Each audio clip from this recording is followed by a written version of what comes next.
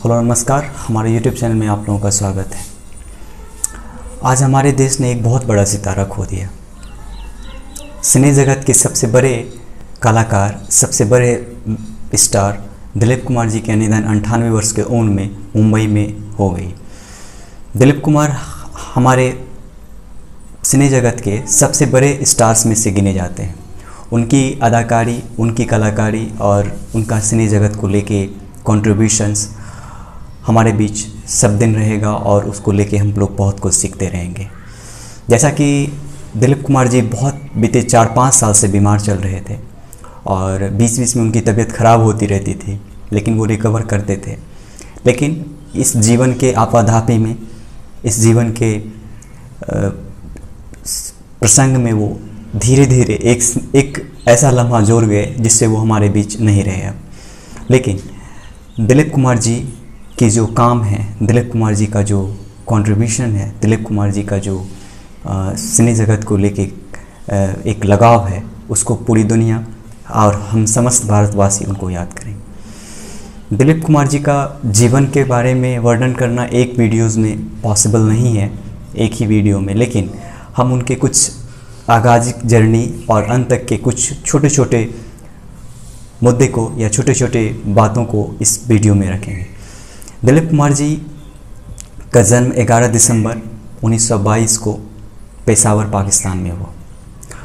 और जैसा कि सब जानते हैं कि पाकिस्तान 1947 में बंटवारा के बाद वो भारत आ गए और उससे पहले 1944 में ही उनको एक मूवी में इंट्रोड्यूस किया गया था। उस मूवी से वो मूवी में पदार्पण किए।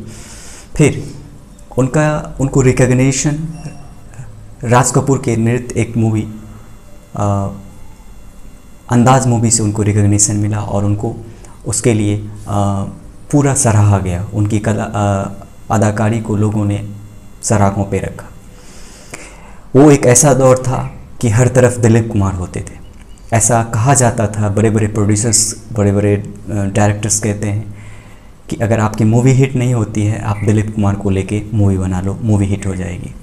क्योंकि उनकी अदाकारी को लेके, उनकी जो कन्विक्शन था एक्टिंग को लेके, वो एक बहुत बड़ा मार्क था उनका, जो उन्हें और सारे एक्टर से अलग करता था। इसीलिए शायद उनको मैथोडिकल एक्टर कहा जाता है। भारतीय सिनेमा जगत का पहला मैथोडिकल एक्टर कहा जाता है उनको। वो हर एक चीज़ को बड़े बारीकी से करते थे और उनकी बारीकी से करने के कारण लोगों को वो काफ़ी पसंद आती थी। चाहे उनकी डायलॉग डिलीवरी हो या कोई सीन हो, उनको करने का अंदाज़ उनका काफ़ी उम्दा होता था। और बहुत सारे दिलीप कुमार जी एक ऐसे कलाकार थे, आप इससे जान सकते हैं जितने बड़े बड़े बैनर तरह मूवी बनी, जितने बड़े बड़े डायरेक्टर्स हुए, उनका कहना था कि कभी कभी हमें अपनी कहानी दिलीप कुमार के एक्टिंग के थ्रू नरेट करना पड़ता था, उसमें कुछ बदलाव करके करना पड़ता था। क्योंकि उनकी एक्टिंग ऐसी होती थी कि कुछ शब्द को हटा के उनकी एक्टिंग के थ्रू जो है उस कहानी को प्रस्तुत करना पड़ता था। ये अपने आप में एक बहुत बड़ा रिमार्क्स है किसी भी डायरेक्टर का, जो कि एक एक्टर्स के लिए होता है। अब बात करते हैं दिलीप कुमार की जो बहुत सारी फेमस मूवी है, उसमें से कुछ ऐसी मूवी जो कि बहुत जाना जाता है, जैसे कि मुगल आज़म, देवदास, विधाता, गंगा यमुना, मधुमती और क्रांति। ये सब सारी ऐसी मूवी है जिनको आप जितनी बार देखेंगे और देखने का मन करेगा, क्योंकि इनमें उन्होंने इस मूवी के थ्रू इन्होंने कहीं न कहीं एक या दो मैसेज हमें दिया है जो हमारे लिए बहुत आवश्यक है और हमें सीखने को मिल रही है। दिलीप कुमार जी का जर्नी की बात करें तो उनका जर्नी जब भारत आए तो थोड़ी सी कंट्रोवर्सी भरी भी रही। जैसा कि आप लोगों को बताना चाहेंगे, उनका पहले का नाम यूसुफ खान था। जब वो फिल्मी जगत में आए तो उन्होंने हिंदू धर्म अपना लिया, उसके बाद वो दिलीप कुमार हुए। दिलीप कुमार को उनके कंट्रीब्यूशन के लिए दादा साहब फाल्के अवार्ड 1994 में दिया गया और 2015 में पद्म विभूषण दिया गया। उनका लगाव इस तरह का होता है या उनकी स्वास्थ्य को लेके इतनी परेशानी होती है। आपको बताना चाहें, बीते दिनों उनकी जब स्वास्थ्य काफ़ी गड़बड़ाई तो उनके लिए प्रधानमंत्री, जो भारत के प्रधानमंत्री, उन्होंने खुद ट्वीट करके उनको कंसोल किया और उनकी जो है उत्तम स्वास्थ्य की। जैसा कि आप सब जानते थे कि 5 वर्ष से वो बीमार चल रहे थे, लेकिन वो रिकवर कर ले रहे थे। लेकिन रिकवर करते करते वो जीवन के इस दौर में, इस आपाधापी से थक के अपने आप को, अपने जीवन को विराम दिया।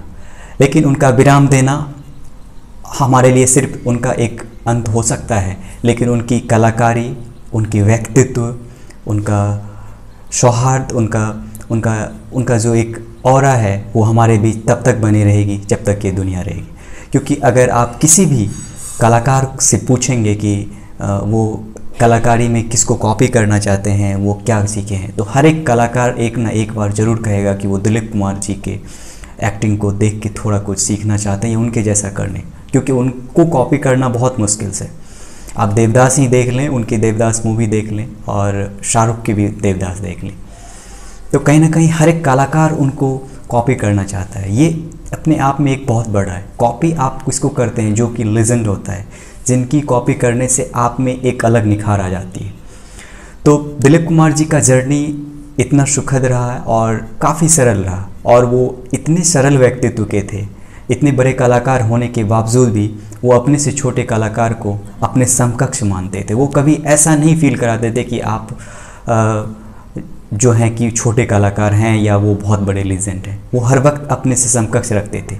ये चीज़ें एक कलाकार को एक व्यक्ति के रूप में बहुत ऊपर ले जाता है, क्योंकि आपका व्यक्तित्व आपके कला में झलकता है। अगर आपके व्यक्तित्व में उतनी सरलता रहे, उतनी सौहार्दता रहे, तो वो आपके एक्टिंग में भी आता है, जो कि आजकल बहुत कम देखने को मिलता है।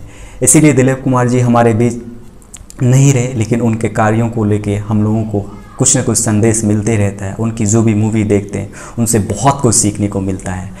हम और हमारी चैनल की तरफ से उनको विनम्र श्रद्धांजलि, और जब तक आप रहेंगे हम रहेंगे, उनको उनका कार्य के लिए याद किया जाएगा। धन्यवाद।